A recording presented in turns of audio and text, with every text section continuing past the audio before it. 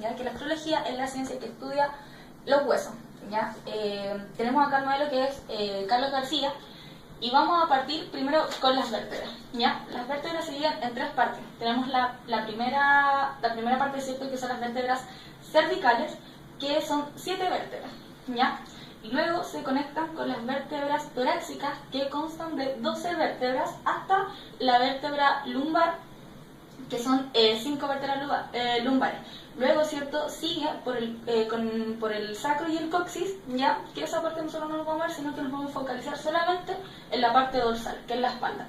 Entonces, como dije anteriormente, están las vértebras y también nos encontramos con las costillas, que se unen a las vértebras desde la primera vértebra torácica hasta la última vértebra torácica, que sería la 12, ¿ya?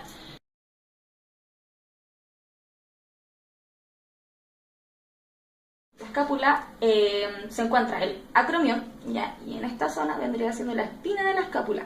Y la espina de la escápula, ¿cierto?, por superior nos encontramos con la supraespinosa, y por inferior tenemos la infraespinosa. Y bueno, eso es lo que podemos decir de la zona dorsal de la espalda.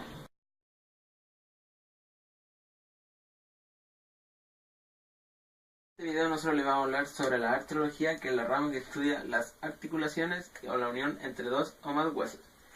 La primera articulación que tenemos es el atlanto occipital, que se clasifican en sinovial.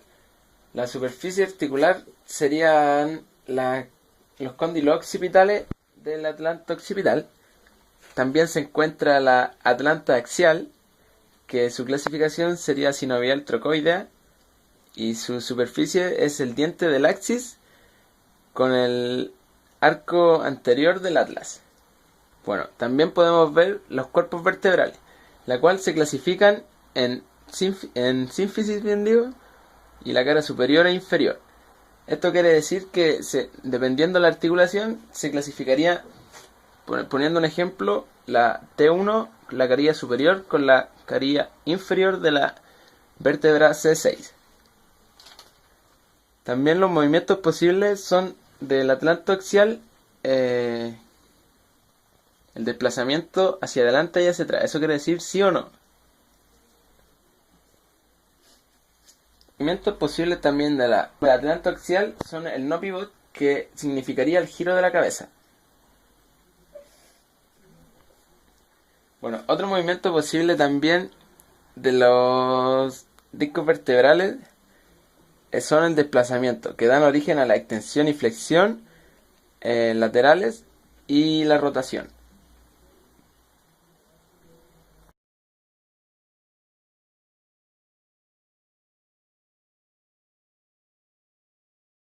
Bueno, en este video les vamos a hablar sobre los músculos, sobre la miología, que es la ciencia de la anatomía que estudia los músculos.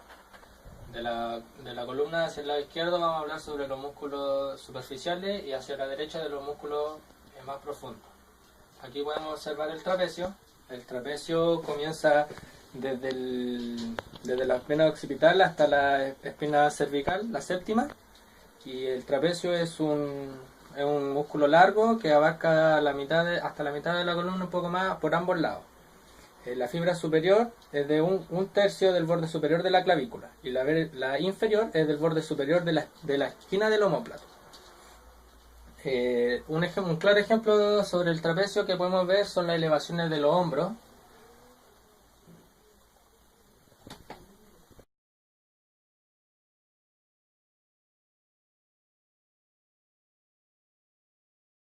Sobre el dorsal ancho.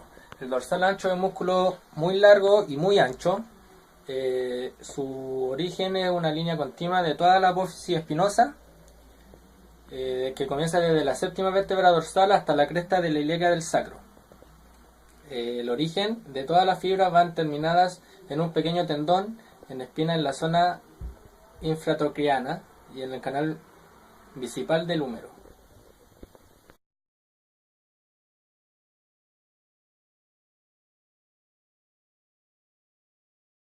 Bueno, ahora les vamos a hablar sobre los romboides, el menor y el mayor.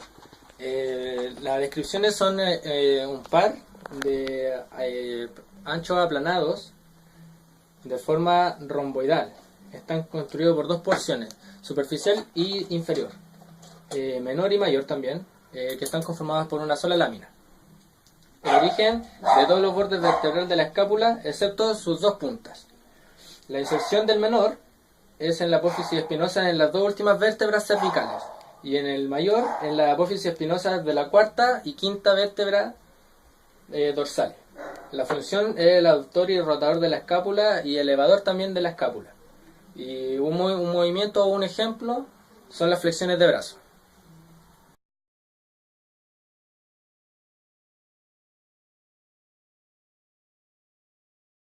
El serrato póstero superior, este de acá arriba, que claramente nosotros no lo dibujamos hacia los dos lados, pero es así, póstero superior y póstero inferior. Vamos a hablar sobre el póstero superior. La descripción es un músculo situado en la parte superior del dorso. Se extiende desde la columna vertebral a las primeras costillas. El origen es la apófisis espinosa desde la C6 a la D7. Y la inserción en la cara posterolateral de la segunda, tercera y cuarta costilla. Sus funciones son elevar las costillas al inspirar. Y un claro ejemplo de esto es la dominada tras la nuca. Ahora les vamos a hablar sobre el serrato posterior inferior, que es un músculo situado en la parte inferior del dorso. Se extiende desde la columna vertebral a las cuatro últimas costillas. El origen es la apófisis espinosa desde la D11 y la D12. Su inserción es en la cara posterior externa de las últimas cuatro costillas. Su función es hacer bajar las costillas, o sea, al expirar. Y un claro ejemplo de esto es las dominadas también tras la nuca.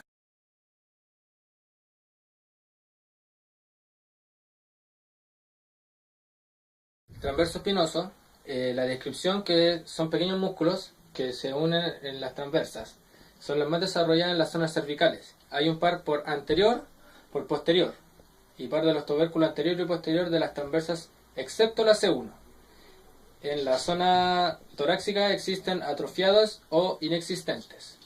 El origen, una apófisis transversa a otro tras el ligamento intertransverso. La inserción es que están formados por cuatro fascículos supuestos, que son los multífidos, los interespinosos y los intraespinosos. La función es la flexión y extensión. Un claro ejemplo de esto es la posición cuadrupedia, realizando un movimiento tanto torácico como pélvico. Vamos a hablar sobre los multífidos. La descripción es que también se tratan de músculos transversos espinosos, pero terminan en la apófisis espinosa de la 2, los que son los cortos, y en la 3, que son los largos. Vértebras por encima. Se encuentran a lo largo de toda la columna, excepto en el atra y en el axis.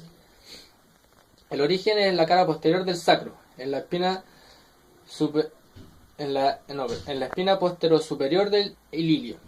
La inserción es de la apófisis espinosa desde la C2 a la L5.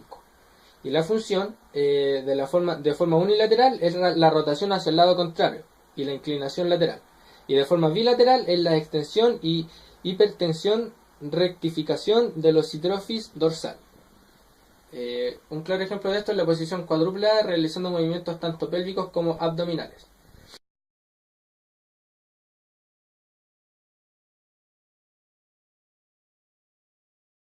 Ahora les vamos a hablar sobre los interespinosos, que son aquellos que están por el medio. Se tratan de fascículos musculares colocados a los lados de las líneas medias, que unen la apófisis espinosa de las vértebras más o menos lejanas entre sí, que poseen dos partes. La parte teórica es que unen la apófisis espinosa desde la T2 a la T8 y con la apófisis espinosa desde la T10 a la L3, dejando libre a la T9 y la T7 y T8 van las dos a la L3. El origen es la apófisis espinosa de las vértebras lumbares superiores y vertebrales teóricas inferiores. La inserción en la superficie inferior de la apófisis y de las vértebras subadyacentes. Su función es la extensión e hipertensión, que aumentan la hiperlordosis cervical, o sea, a nivel cervical. Corrección de la citófisis dorsal a nivel dorsal.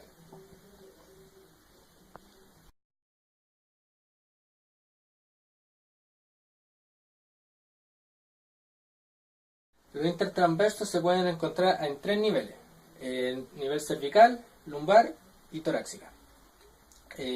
Siendo muy prominente y doble a nivel cervical, muy rudimentarios y prácticamente inexistentes a nivel dorsal y muy potentes a nivel lumbar. El origen es la apófisis transversa de una vértebra, de aquellas que se ven aquí. La inserción se inserta en la apófisis transversa de la vecina. La función de forma unilateral es la inclinación hacia el mismo lado y de forma bilateral es la extensión y hipertensión. A modo de conclusión del transverso espinoso, que se divide en los 4 fascículos superpuestos, significa que nosotros aquí lo dibujamos, lo pintamos por encima de la espalda, pero estos están por dentro, están hacia profundo, acompañando a las vértebras.